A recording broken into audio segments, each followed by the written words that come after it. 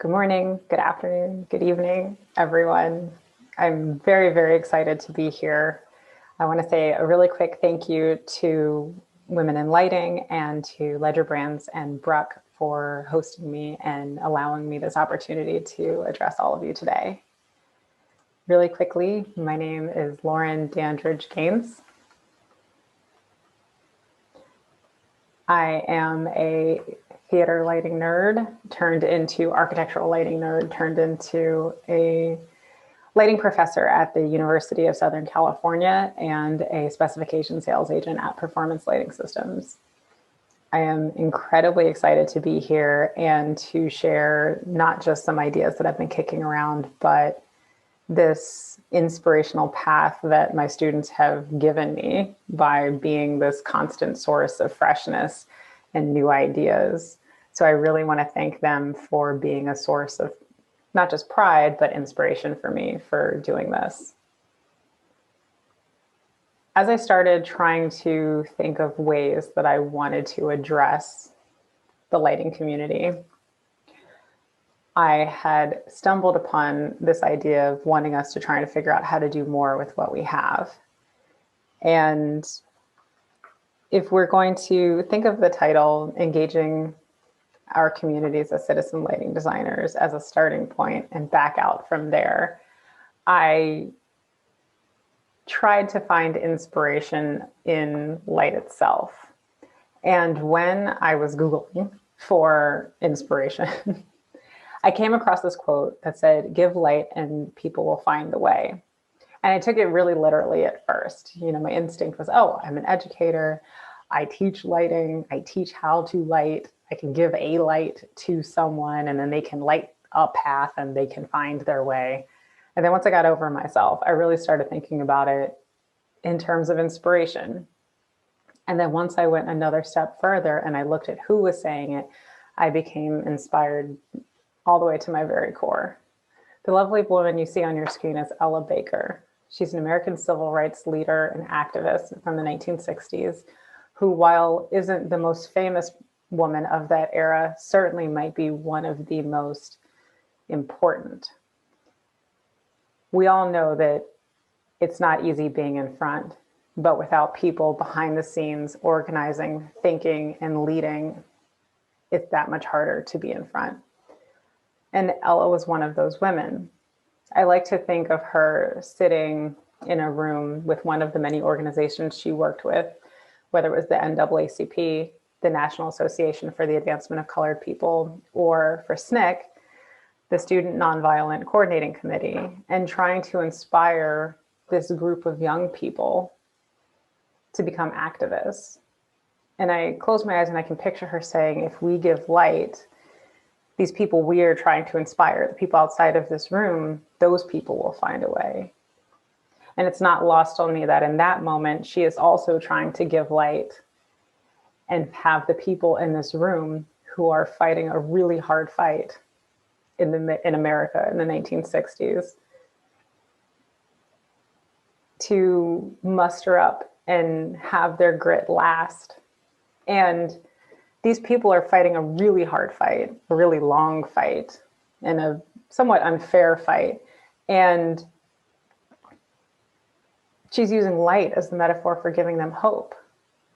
And it's really hard to imagine anything else besides light in that moment that can get you to the other side of that hump, that can get you over the exhaustion or the fear or the just tiredness. And if we can take sort of that inspiration of giving light, both literally as lighting designers and practitioners of light, and transform it into also giving hope, then we become so much more than what people think we are, which is people who just light buildings or sidewalks or streets. And while we do those things, that does not entirely encompass everything that a lighting designer does.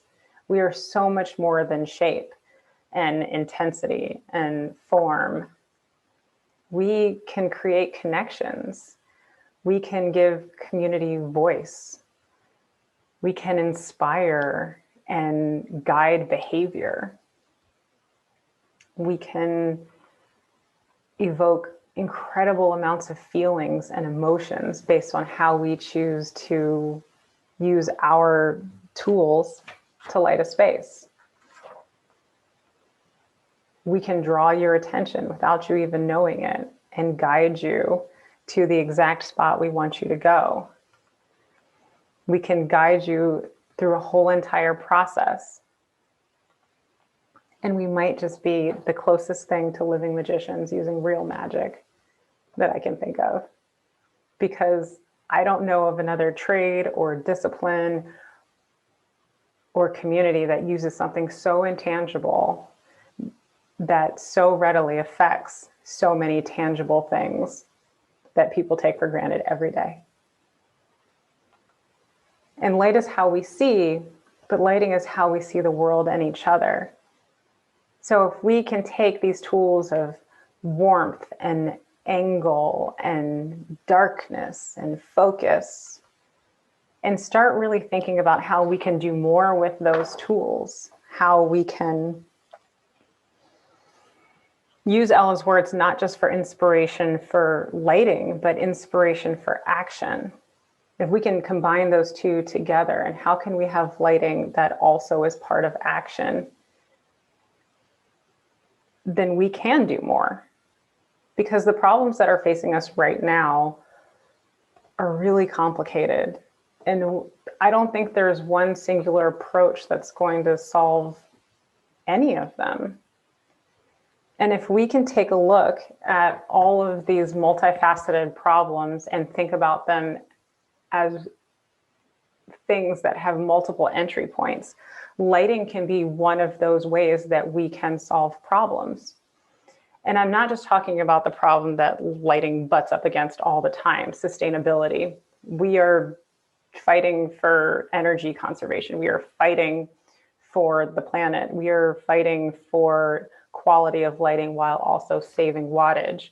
But I have yet to hear a lighting designer say that the fight that they're doing for sustainability is as important as the fight that we are engaging for each other. Even though light is how we see the world and see each other, I don't see us beating down the doors for social change. And there isn't really a lot of trust right now to go around for how that change can happen. Edelman Trust surveyed a group of people, and 67% of them said that they trust business more than they trust NGOs, government, or the media. And if we're not going to have a government that we think can protect us and provide for us and organize for us, then that leaves us really looking to business to be the place where social change can happen. But I can't think of a single time that a social change happened from a company that wasn't instigated by a person from inside that company. And that leads me to believe that inspiration can change a whole direction of a business if it just has one person that's inspired. Because when those businesses donate all that money or they support charities, they're doing it because it's good business. But the reason behind that is that a person there cared and researched and thought and guided that company to make that decision. So if we can leverage an employee's inspiration to help us be more trustworthy as a business, how can we then take that trust and create social change? How can lighting do more? How can lighting give light? Luckily for us, this is not a path that is unused. Our colleagues in architecture have already started going down this path. In 2008, the AIA Board of Directors coined the term citizen architect officially to bestow upon members who went beyond just what the profession typically encompasses. These are architects who have gone beyond themselves, beyond self, to do more for the world at large. So they have these tenets based on how these architects can behave and engage in the world. They need to contribute to the betterment of the human condition. They need to service the community. They need to be of service to the community. They should be advocates for the greater good across the board, beyond just the greater good of for oneself. And they should be engaged in civic activism in a way that helps create and shape laws beyond just neighborhoods. And there's an amazing example in the gentleman Samuel Mockbee from Rural Studio. He said that as an artist or an architect, we have the opportunity to address wrongs and try to correct them.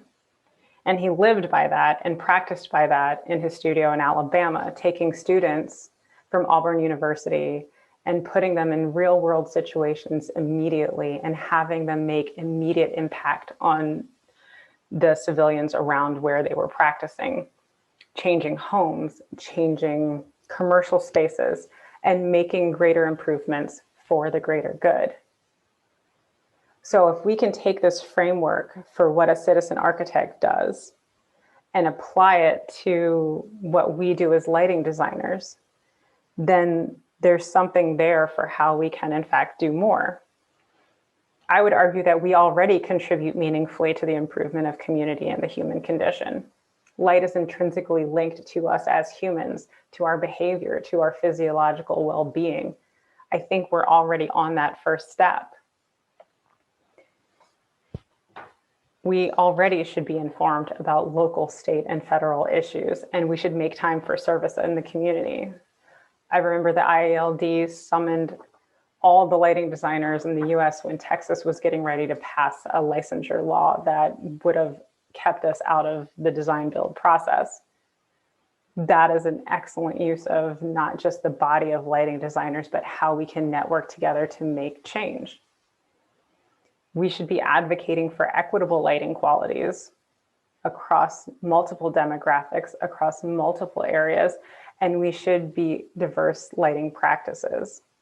We can light better if our pool of candidates are different, with more ideas, with different ideas coming from different backgrounds.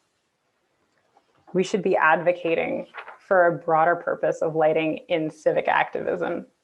We should be on boards. We should be in the government.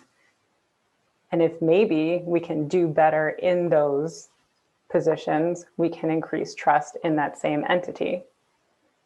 And we should be advancing the availability of lighting knowledge.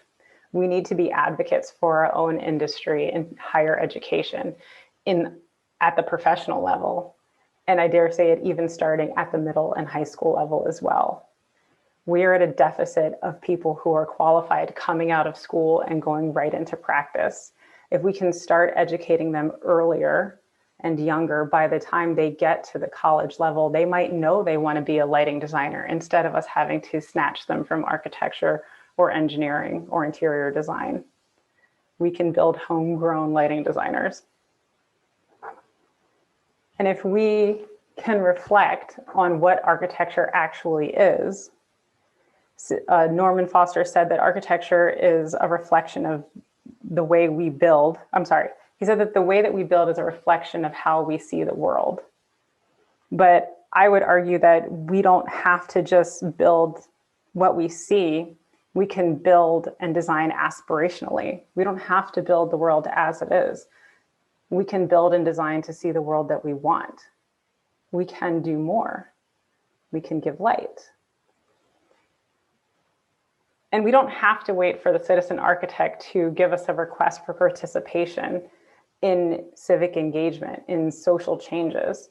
We need to accept responsibility that the status quo of only fighting for sustainability isn't good enough anymore. If lighting is how we see the world and each other, then we have to go beyond sustainability and start making social changes. And once you start making social changes in your mind, then you can start making them across your practice, which we already know is more trusted than government. Then the questions we start to ask ourselves when we're in the design process, when you are creating your schematic designs, they start to change. Can we take light and apply new value to it? Can we be value adders in a different way? Can we use safety lighting and upgrade it to healthy lighting? Can we reevaluate how color temperature works, not just for safety, but also for health?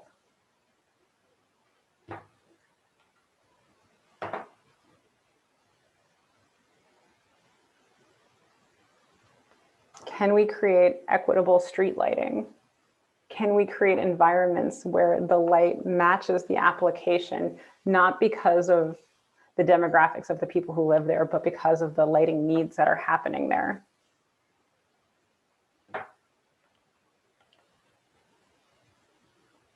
Can lighting preserve culture? Can lighting sing to a certain kind of music and then evoke that feeling when you enter into a space? Can we use lighting to preserve a history?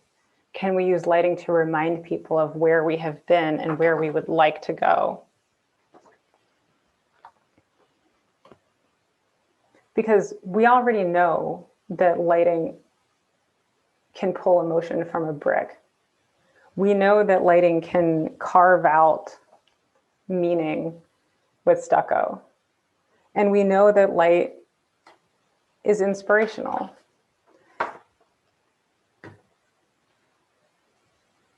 And I think over the last year, we've learned that in this exact moment, light can heal. And it can make sense out of an incredibly senseless time when trust is really hard to find, and we can look out there and be inspired to know that we will be okay.